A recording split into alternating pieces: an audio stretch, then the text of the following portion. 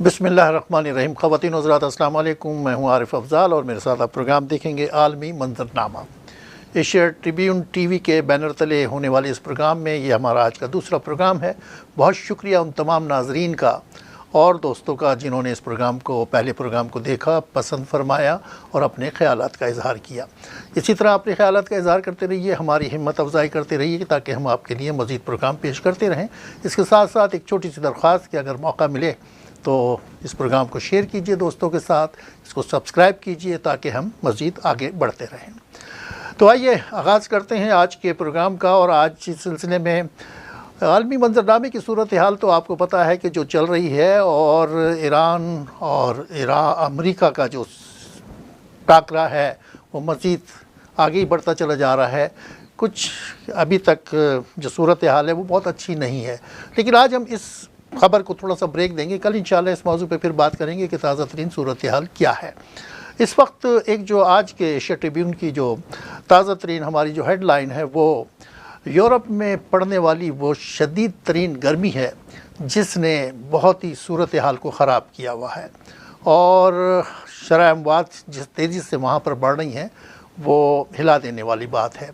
اس قسم کی گرمی تو ہندوستان، پاکستان، بنگلہ دیش، سری لنکا، ان علاقوں میں اور مڈل ایسٹ میں وہاں پر ایسی گرمی ہوا کرتی تھی، لیکن یورپ میں تو بہت ہی ٹھنڈا موسم تصور کیا جاتا ہے، اور آج بھی ہمارے ہندوستان، پاکستان، بنگلہ دیش ان علاقوں میں رہنے والے اس بات کو ذرا مشکل سے ہی تسلیم کریں گے کہ یورپ اور امریکہ میں گرمی بھی پڑتی ہے۔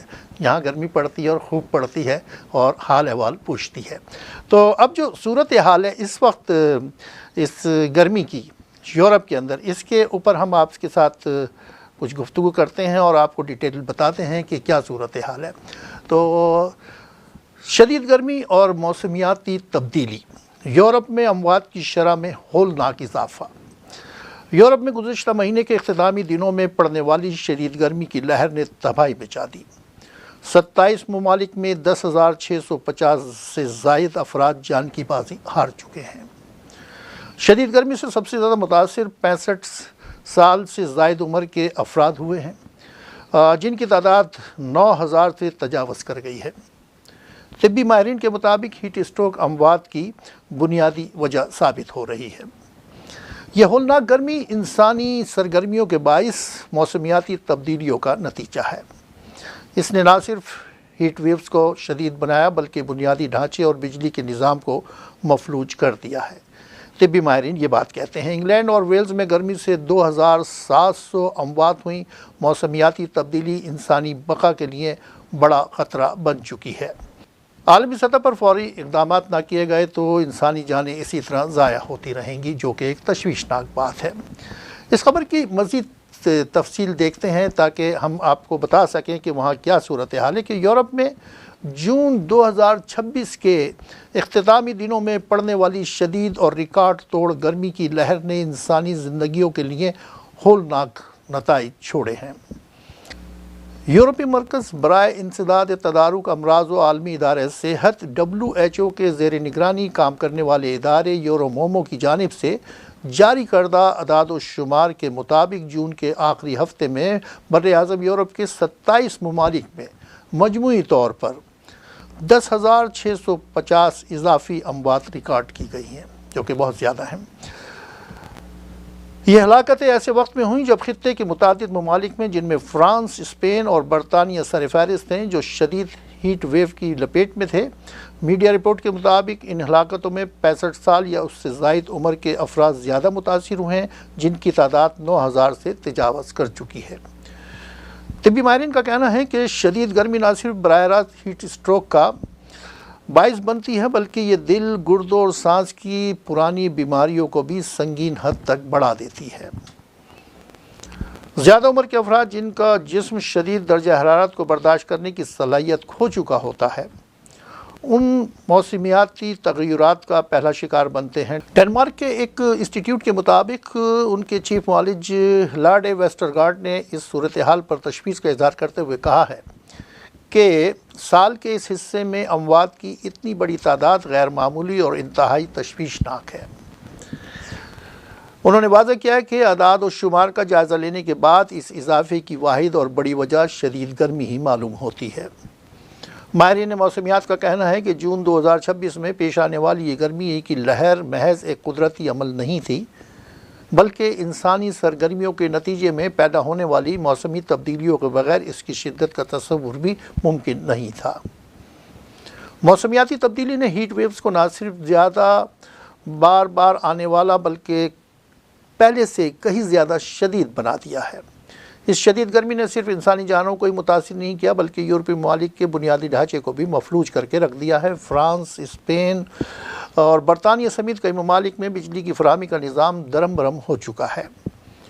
اسکولوں کو بند کرنا پڑا اور درجہ حرارت نے صدیوں پرانے ریکارڈ توڑ دیے۔ اگرچہ یورپ موجودہ مجموعی اعداد و شمار پیش کرتا ہے اور انفرادی ممالک کی رپورٹ جاری نہیں کرتا، تاہم ادارے نے نشاندہی کی ہے کہ جون کے آخری ہفتے میں فرانس اور بیلجیم میں اضافی اموات کی شرح زیادہ رہی۔ بیلجیم کے قومی ادارہ صحت نے اعتراف کیا ہے کہ 2000 سے اب تک ملک میں جتنی بھی ہیٹ ویوز آئی ہیں یہ ان سب میں ہلاکت خیز ترین ثابت ہوئی ہے۔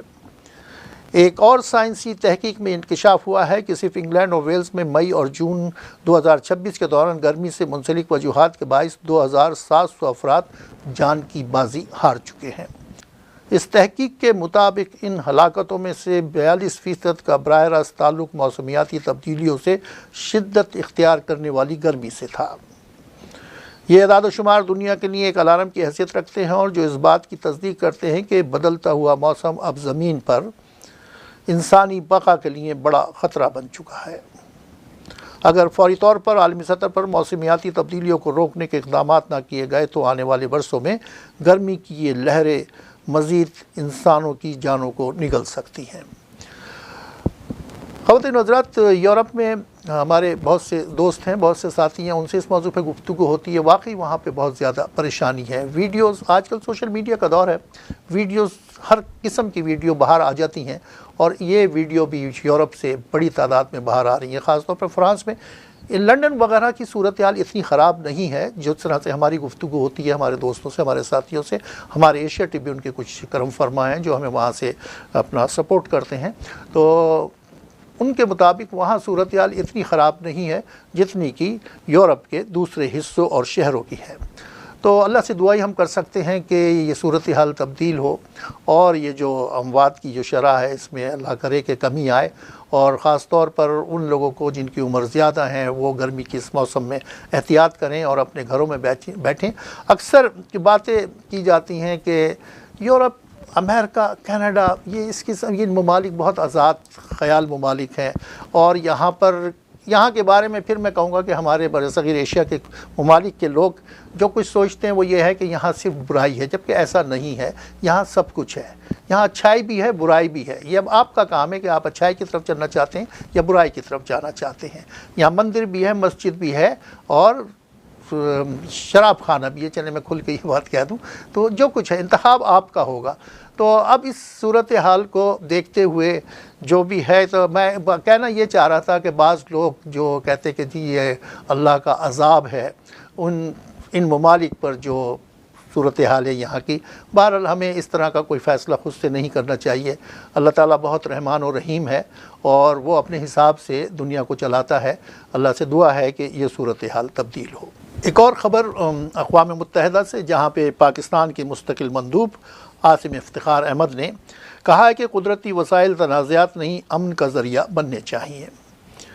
اقوام متحدہ میں پاکستان کے مستقل مندوب عاصم افتخار احمد نے سلامتی کونسل کے اجلاس سے خطاب کرتے ہوئے زور دیا کہ قدرتی وسائل کو جبر، تنازع اور جغرافیائی سیاسی مطابقت کے بجائے پائیدار ترقی اور مشترکہ خوشحالی کا ذریعہ ہونا چاہیے۔ سفیر عاصم افتخار نے اہم معدنیات پر ریاستوں کے خود مختار حق کی حمایت کرتے ہوئے خبردار کیا کہ ان وسائل کے حصول کے لیے غیر ذمہ دارانہ مسابقت بین الاقوامی امن اور سلامتی کے لیے خطرات پیدا کر سکتی ہے۔ اقوام متحدہ میں پاکستان کے نائب مستقل مندوب سفیر عثمان جدون نے سلامتی کونسل کے اجلاس سے خطاب کرتے ہوئے کہا کہ مشرق وسطیٰ شدید کشیدگی کا شکار ہے، لہذا فریقین تنازعات کے حل کے لیے مذاکرات اور سفارتکاری کو تجدید دیں۔ سفیر عثمان جدون نے کہا کہ یمن میں پائیدار امن صرف یمنی قیادت میں سیاسی عمل سے ہی ممکن ہے۔ اور اب چلتے ہیں افغانستان، جہاں پہ یونیسیف نے خبر دی ہے کہ افغانستان میں 37 لاکھ بچے غذائی قلت کا شکار ہیں۔ اقوام متحدہ کے ادارہ برائے اطفال یونیسیف نے اپنی تازہ ترین رپورٹ میں افغانستان میں بچوں کی غذائی صورتحال پر تشویشناک انکشافات کیے ہیں۔ 5 سال سے کم عمر تقریباً 37 لاکھ بچوں کو شدید غذائی قلت کے خطرات لاحق ہیں، جو ایک گہرے انسانی بحران کی نشاندہی کرتے ہیں۔ یونیسیف کے مطابق 6 سے 59 ماہ کی عمر کے 47% بچے درمیانے یا شدید درجے کی غذائی عدم تحفظ کا سامنا کر رہے ہیں۔ سروے میں شامل 34 صوبے میں سے 26 میں سے بچوں کی غذائی حالت گزشتہ برس کے مقابلے میں مزید بگڑ چکی ہے۔ افسوسناک پہلو یہ ہے کہ 10.3% بچے ویسٹنگ جیسی جانس لیوا کیفیت میں مبتلا ہیں، جبکہ 90% بچے غذائی غربت کا شکار ہیں، جو کہ ان کی جسمانی اور ذہنی نشو و نما کو بری طرح متاثر کر رہے ہیں۔ اور اب چلتے ہیں واشنگٹن۔ ہمیں پاکستان ایمبیسی واشنگٹن سے ملنے والی ایک خبر کے مطابق ہم آپ کو بتائیں گے کہ امریکہ میں سفیر پاکستان رضوان سعید شیخ کی صدر ورلڈ بینک کے اجے بھنگا سے ملاقات۔ سفیر پاکستان رضوان سعید شیخ کی جانب سے فیفا ورلڈ کپ کے 2026 کے لیے پاکستان میں تیار آفیشیل فٹ بال ٹرائیونڈا صدر ورلڈ کپ کو تحفتاً پیش کی گئی۔ صدر ورلڈ بینک کی جانب سے پاکستان میں تیار کردہ اسپورٹس مصنوعات خصوصاً ٹرائیونڈا یعنی اس فٹ بال کی تعریف کی گئی، جو اس فیفا ورلڈ کپ میں استعمال ہو رہی ہے، اور یہ سلسلہ اور یہ خوش قسمتی پاکستان کے حصے میں کئی مرتبہ آ چکی ہے، اور 2026 میں بھی جو فٹ بال آپ دیکھ رہے ہیں جس سے کھلاڑی کھیل رہے ہیں، یہ بھی پاکستان کی تیار کردہ ہے۔ پاکستان اسپورٹس کے ذریعے عالمی برادری کو ایک دوسرے کے قریب لانے کے لیے اپنا کردار ادا کر رہا ہے، یہ بات بھی سفیر پاکستان نے ورلڈ بینک کے صدر کو بتائی۔ ٹرائیونڈا کا اعلیٰ معیار اور فیفا 2026 کے لیے پاکستان کے تیار کردہ فٹ بال کا انتخاب ملک کے لیے تو راہ امتیاز اور قابل فخر ہے، یہ بات بھی اپنی گفتگو میں رضوان شیخ صاحب نے صدر صاحب کو بتائی۔ معیاری اسپورٹس مصنوعات کی تیاری کے حوالے سے پاکستان کا مشہور شہر سیالکوٹ عالمی شہرت کا حامل ہے۔ عالمی برادری کا اعتماد اور تعاون پاکستان کی اسپورٹس صنعت کے لیے انتہائی حوصلہ افزا ہے۔